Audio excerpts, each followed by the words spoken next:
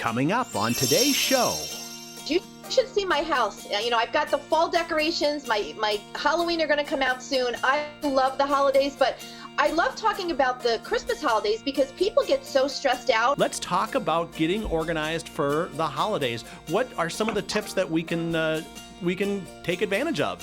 To me, once Thanksgiving's over, Christmas season starts as far as I'm concerned. So the decorations come down after Thanksgiving, all of the Christmas goes up, and I just want people to enjoy it. So I like to send my cards out early, so I always make them in either late October, early November. We are live and we are going to get organized for the holidays today on Keeping You Organized.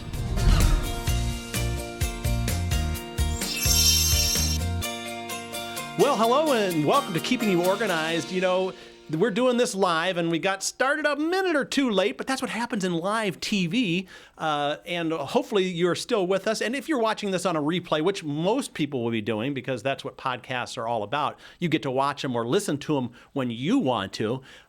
We've got some great things that we're going to be talking about today. We are going to talk about getting organized for the holidays. Now, I know, don't start moaning. We haven't put Christmas decorations up yet, but, fall is here and, we got Thanksgiving coming up. And so there's a lot going on and we want to get organized for the holidays because also this time of year, things start getting really crazy. So we're going to bring on now Deb Cabral from DeclutterCoach, Deb, now you are kind of a busy person. I know you just got back from a corporate training this morning, but let's talk a little bit. Are you ready to kind of transition into the holidays already?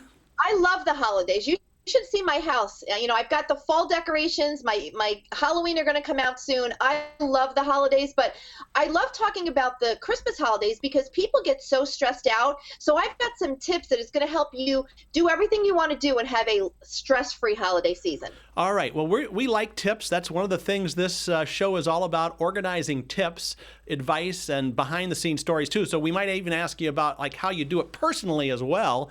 But let's talk about getting organized for the holidays. What are some of the tips that we can take advantage of?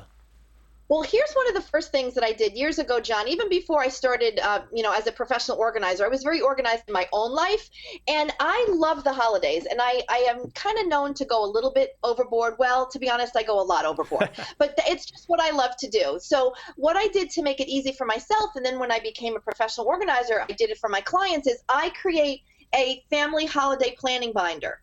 It makes life so much easier when you have everything all in one place.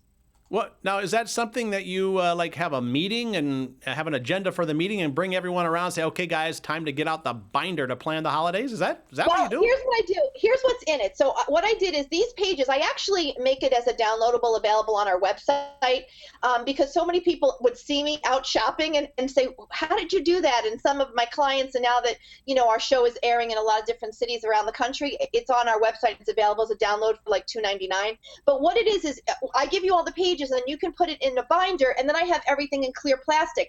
But what I did to make it easy is I have this little, I don't know if can you see it, John? I have this place to hold receipts and coupons because, you go out shopping and you don't have a place. It just kind of gets shoved in your purse and then everything is just a jumbled mess. And so we like to keep it all organized. And then what I did is I've got different pages. So first I started with my Christmas card list, and it'll give me all the information. Now, you can print it out. A lot of this I have digitally, and I just refill it every year. So it's got, the name and address of everybody that you're going to send a Christmas card to. It goes over the prior years. Did they send cards? Did you get a card back? Because, sometimes you have those friends and you lose touch. And so it's a good way to keep track. You've sent them cards. Have they returned? And then sometimes, unfortunately, people, drop off your list after a while. Now so on that list, hold on a sec. On that list, do you have those in like plastic sheet protectors, or are they just separate pages? Plastic sheet protectors. And I just showed you a blank. I didn't show you my personal one, but I have this all digital. So I can just print this out every year and then I can make changes and update it. Well, what are some of the things that are like on there? Read me the first few sentences. So it'll have their name, address, and their phone number. It has I broke it down by year. Did I send them? And then if they sent one back. So it's kind of nice to kind of, keep in touch with people that are going to keep in touch with you. Sometimes you send people and they just never return the card, and that's okay because you may still want to, decide to still send them a Christmas card, but it's just a nice way to keep track of, did I send them a card? Did they send me one back? So it's all right here and easy to use. And I love it. And sometimes I do it alphabetical. Sometimes I do it by family. I may do like my father's side, then my mom's side, and then my husband's two sides of the family, just to kind of keep everybody all together. Or you can just do it alphabetical. It's totally up to you. So we give you the pages and then you can kind of, customize them and do what you need to do with them.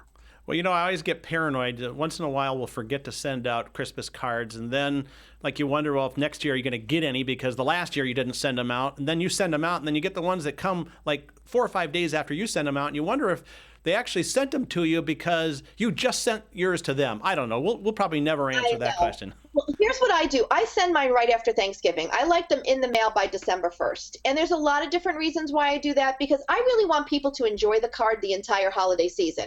To me, once Thanksgiving's over, Christmas season starts as far as I'm concerned. So the decorations come down after Thanksgiving, all of the Christmas goes up, and I just want people to enjoy it. So I like to send my cards out early. So I always make them in either late October, early November. I do printed labels.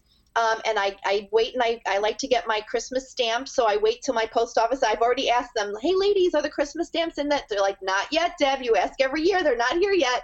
And I like to get that all done, and then I mail them out right after Thanksgiving. It's just a great way to start the holidays, getting your message out to your loved ones early. It's interesting. One of our listeners wrote about, we have our new online label creator called Viewables.com, and there's a way to do addresses in there, and then you can save your address list so that for the next year, you just pull up the list and you can, make a couple changes and print all your labels out at once. So it's a nice time saver. Now, other people might think, well, you know what? I want to have my things handwritten in calligraphy. And some people go to that degree too. I guess there's no right answer, is there?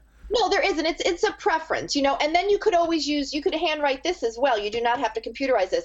I like to do a handwritten note inside. So I make a card. It always has different family photos, and then I will do a handwritten note to each person. But I don't handwrite the envelopes. For me, it's just a personal choice. I choose to just have the labels. It makes it very easy. When people move and I have to change their address, I go right into my Christmas card list. And I actually, John, to be honest, I use that list all year long. So if we're having like a get-together and a party and I'm sending out actual printed invitations, I'm like, let's go to the Christmas card list. They're on there, and it just makes it really easy. I can just cut and paste and send the labels print the labels that way.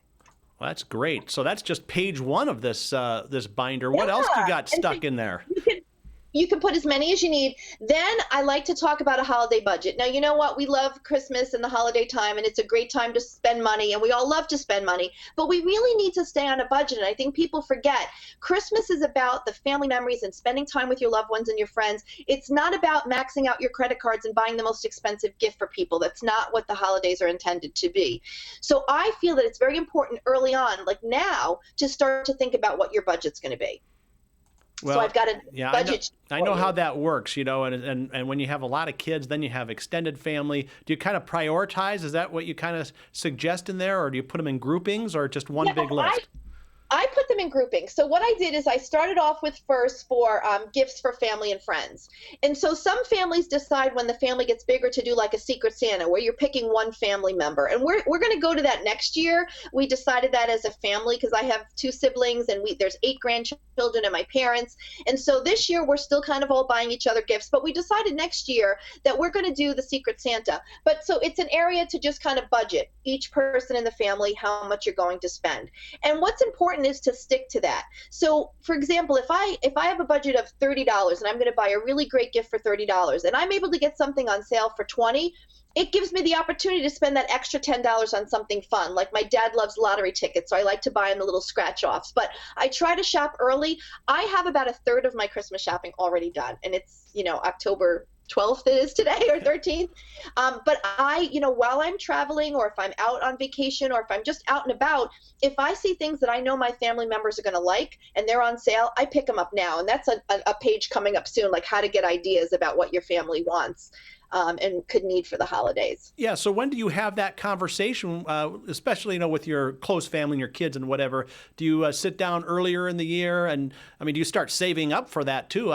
Some people like to do that, but when do you start thinking about when to get certain gifts or what to get them? Yeah, well, I do it kind of all year long, really. I mean, if somebody in my family wants something and I know that they want something, I'll buy it early and put it away. And I'm not like Chevy Chase where he forgets the gift and up in the attic. I know where they are. I have a space where I keep all my gifts. And if somebody said, "Oh, I really want something," like one of my nieces wanted something particular, and I was able to get it for her at a very reasonable price in August, and I've already got it put aside and she's already taken care of. But she had mentioned it to me when I saw her earlier in the year. So I just kind of keep, an eye and listen to people, because the best thing is when you get something for somebody that they really want and they don't even remember that they let on to you that they wanted that gift. I love that feeling. Like, how did you know? And I'm like, I listened. So it's those kind of things. And I have a page, we'll talk about in a few minutes, but I love, surprising people with something that they really wanted and they didn't even know that they necessarily mentioned it to you. And they never would, some people don't want to ask for a gift, but it's kind of being in tune with your loved ones and really listening, and knowing what they want. So my daughter kind of, without even realizing, hinted, and I've already started to research, like there's a specific thing, some boots that she wants. And I'm looking to see when they go on sale so that I'm going to purchase them. She's not even going to know. And we'll have them already. So when do you recommend having this planner started, or downloading and getting? I mean, it sounds like people should be working on it now. Yeah, I have another calendar, which is actually part of the planner, and it gives you month by month all the things you should do in October, November, and December so that you can be done early to enjoy the holidays. And if we have time, we can go over that too. So I like to do this budget in October because I do a Christmas club. I've done them for years, and I know a lot of people think they're old-fashioned. I love it because I'm saving all year long. November 1st, I get the money. It's in my account. I can, take it out, and I can start spending. And it's just a great way to save for me. I don't have to worry about those credit card bills that are coming in because I've already got the money up front. And you can do, whatever your budget is, do it as little as $5 a month or $5 a week. We've upped it a couple of times over the years, my husband and I, but November, once we get the funds that we've saved, we think, do we need to up, make it a little higher next year? Are there, different things we want to do? And the budget is not just for gifts. So we're going to kind of move on to that. So the next thing is... hold on a second, though. You used the term Christmas club. Is that what you called it? Yes. Yeah. Explain that.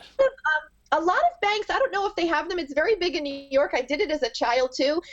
It's almost like a separate little savings account, and they have vacation clubs too. So they're not just for Christmas.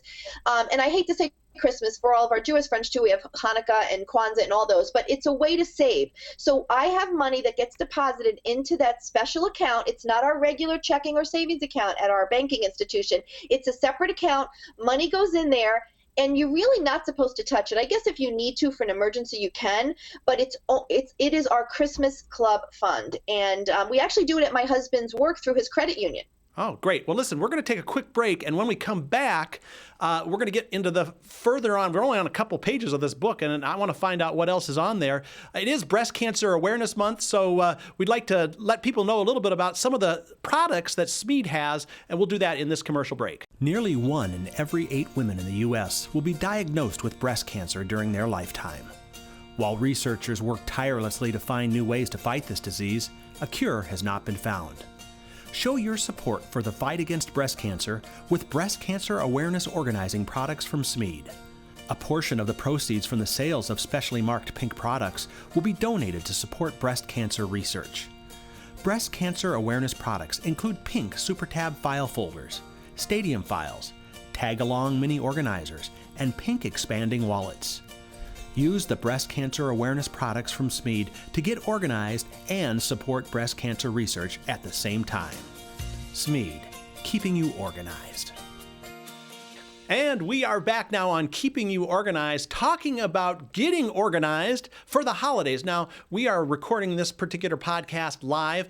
If you are joining us live right now, we do have a chat box where you can ask some questions. And if we have time, now sometimes we don't have time to get to all of them at the end, but if we have time, we will ask Deb for some of those answers to some of those questions about getting organized for the holidays. Joined with the Declutter Coach, Deb Cabral.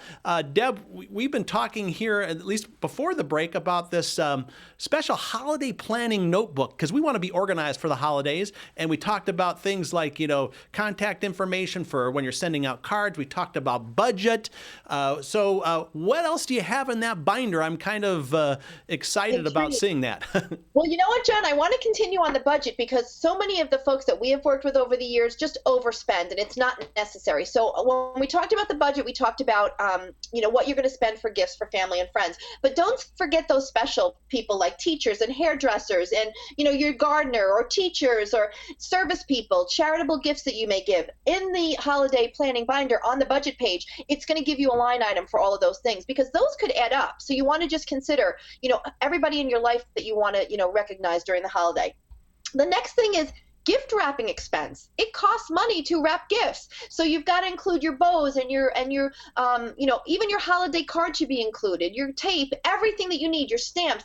That to me is your gift expenses. All your Christmas card costs and your envelopes and your stamps and all of your bows and tape and wrapping paper and all those fun things. You should have a budget for that because if you don't realize it, you can spend, a couple of $100 very easily on sending out your Christmas cards and wrapping all of your gifts. Now, a lot of people like to buy their gift wrap after the holidays. Do you have that on your little calendar that's in there? Like, check out the after Christmas sales to get Christmas wrap for the next year? We do, absolutely. You've been doing a lot of these, haven't you, John? You know the tips yourself. That's a perfect one. It's a great way to get 50, sometimes 75 to 80% off of gift wrap and bows, and they're still going to look great the next year. So that's a great thing to do the day after the holiday or a couple days after the holiday. Get right out and start, planning for the next year. Okay, well, let's get into the next section of the planning guide for the holidays. Yes, the next part of the budget is the home decor. Remember, you've got your live Christmas trees, your wreaths, holiday plans, other decorations that you use for your own home and that maybe you also gift to others. Now, I go extremely overboard, but I really love Christmas. I have since I was a little girl. I put up 12 Christmas trees. Oh, boy. Okay. I know, it's crazy. I do 2 real ones and I do 10 artificial trees. But in my budget is what are those 2 real trees going to cost me? I always have a fresh wreath on my door. I have fresh boughs that go around my columns. All this kind of stuff you've got to include to make sure you're not overspending. Your holiday meal. What does it cost you to have your relatives over for Christmas Eve, Christmas Day, whatever it might be? Include that in your budget because that also, you don't realize it could cost you several $100s to have your family over. And if you don't prepare, the money goes on the credit card. Entertaining. Another tradition which I really recommend that people start is taking a family holiday photo every year, going to professional studio, budgeting the money. We have done it since my oldest is 24 years old, and we have done it since she's an infant. And it's so nice to look back at all of those holiday photos over the years, especially to see how mom and dad have aged and changed, and especially how the kids have grown up. So that's a nice tradition that I suggest people start. Now, do you use that one for your Christmas card, or do you use a different kind of photo? Sometimes I put it in. I like to do a collage for my Christmas card. I really like to make sure that it's not just one picture. I like to have what the kids are doing, where everybody is in their life. And so I use a company, forever.com. I do a lot of work with them, and they just started doing Christmas cards now. So I'm really excited to make a family collage with all my family memories from the year and just got a little bit of information about how everybody's doing. And I do include the family photo, too. That's always a fun thing. Entertaining is another big part of the holidays, making sure, do you have party supplies and invitations and all those things you need? And last but not least, travel. When you're traveling at the holidays, if you're not planning early, you can really, spend a lot of money. So all of that should encompass your holiday budget. And a lot of times people don't think of all those incidentals. They're just focusing on the gifts. But, we really want you to think of your whole financial picture at the holidays so that you don't end up January very stressed. Yeah, now we know why people or why, retail is so big at the end of the year. There's a lot of money that goes into doing the holidays. Absolutely. And I think, what I always try to teach people in our business is to simplify. Life is more about the memories than the stuff. And so it's nice to buy a thoughtful gift that somebody's going to use and want, but we don't want to put ourselves into financial ruin or to be stressed out in January because we felt like we had to, keep up with the Joneses and buy these extravagant gifts. That's definitely not what it's all about. In fact, one quick tip that I'd like to add, my sisters and I, once we started having children, we decided not to buy each other gifts anymore because we really wanted to focus on being able to get get something nice for the kids. But what we do is we do ornaments. So we started, believe it or not, in 1991 when my first daughter was born. We stopped giving gifts, my sister and I, and every year we buy each other an ornament. So now I have one of my trees is a sister tree, and it's all my ornaments that my sisters have given me over the year, and they do sister trees as well. So it's a nice affordable way that we can still, have these, great gifts with each other, and we have this special memory that we look back every year on these trees. Now, tell me, you said you had 12 trees. Where do you put all these trees? Yeah, every room except for the restrooms has a tree. So in my kitchen, I love my kitchen tree because I will hang cookie cutters and I'll hang, cinnamon sticks from it. In our dining room is always where my sister tree goes. Our two, like our formal living room and our more, casual family room, each has our real Christmas trees because they face the outside of the house and you can see the lights from the street. So it looks really pretty. All of the children's room, they each have their own tree. My husband and I have a tree, and it's all of our special memories. And then we have one in the kids' playroom. It's a Disney tree. I do the Disney tree every year. So they're all over. We have them all through the house. I have at least one out on my porch too that I'll do like outdoor things. It may have pine cones or more outdoorsy. They kind of all have some themes. And sometimes I switch it up a little and just like for 9/11, we did a 9/11 tree. We did everything, recognizing America and what a great country it is. And so we've kind of, kind of made some theme trees for the years, now, over the years. Where do you store all these things? Do you have a separate storage unit just for your Christmas trees and your Christmas decorations? Well, we have a very big unfinished part of our basement, which is great, and we have everything, in bins labeled, of course, so that we can easily find what we need for the holidays. And what I try to do too is I try to weed through. So I do a lot of decorating in addition to the trees. Like the house is just like a wonderland, but I make sure that after a while, if it's getting a little tattered, it gets donated, and I look for end of the year bargains, and I'm always buying new things and letting the older stuff go or passing it on to somebody that could use it after we're done using the decoration. So we share.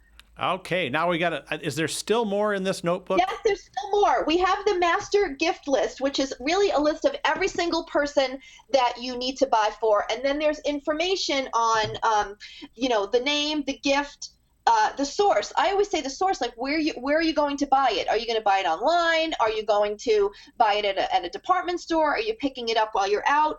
And then I have wrap and mail. So a lot of the gifts, because we have family that live outside of, where we live, and if we're not going to visit them, I'll check it off when it's wrapped, and then I check it off when it's mailed, and then I do my budget, my actual cost, and then my running total. So do I go over a budget a little bit? Yes, but I try to make it up somewhere else. But I try to always stick on track, because if you don't have a master list, you forget. Again, family members are easy to remember, but are you going to remember your child's teacher? Are you going to remember your hairdresser or those special people, your priest, whoever it might be? Here's a great way to just put it all down and nice and organized.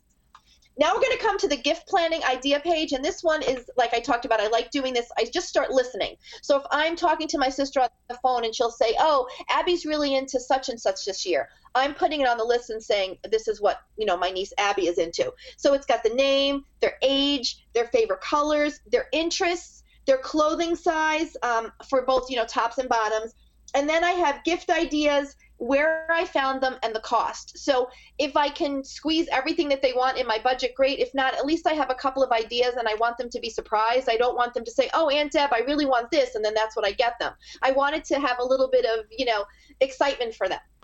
Wow, that's now you're working on this year round then, right? I mean, that's something that where do you store this notebook? Do you keep it like in a desk drawer or somewhere that you can access it? I keep it right in my office, but when I set this up for clients, we just keep it like wherever they keep their phone book, in their either in a home office or in a kitchen area that we've set up a little office for them, and just try to be thinking about it all year round, so that my goal for people at the holidays is to have everything that they want and be completely organized, but more importantly, be stress-free. There's nothing like running around December 23rd and trying to buy gifts for people. It's just not a good feeling.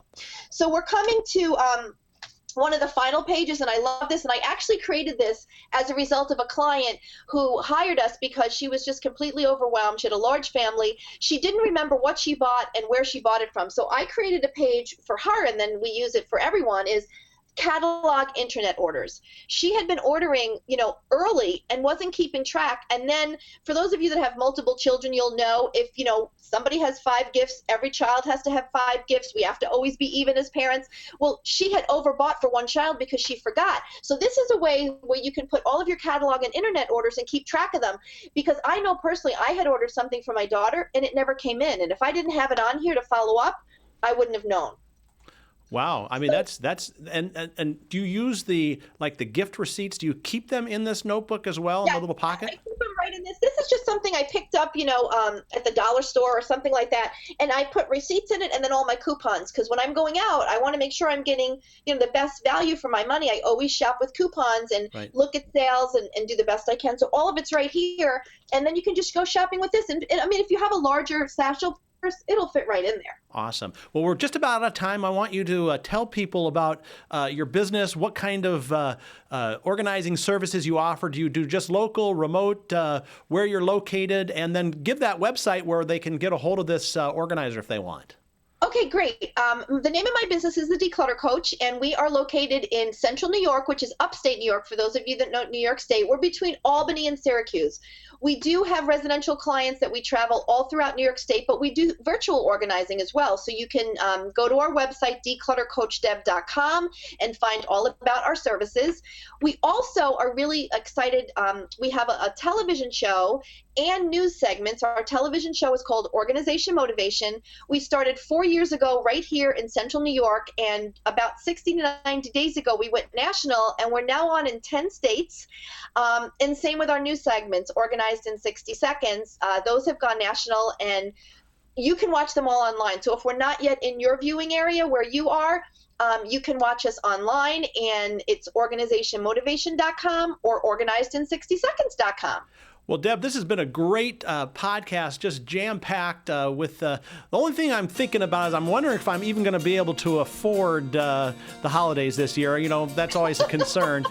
But I know that if you have the sheet available or just some planning and doing it starting in advance, it's going to really help us. So thanks for joining us again today. Thank you. And just a real quick reminder, we have a calendar that'll kind of give you information. What should you be doing in October? What should you be doing in November? What should you be doing in early December so that you are done by the 10th and can relax and enjoy the holidays? Awesome. Declutter Coach Deb.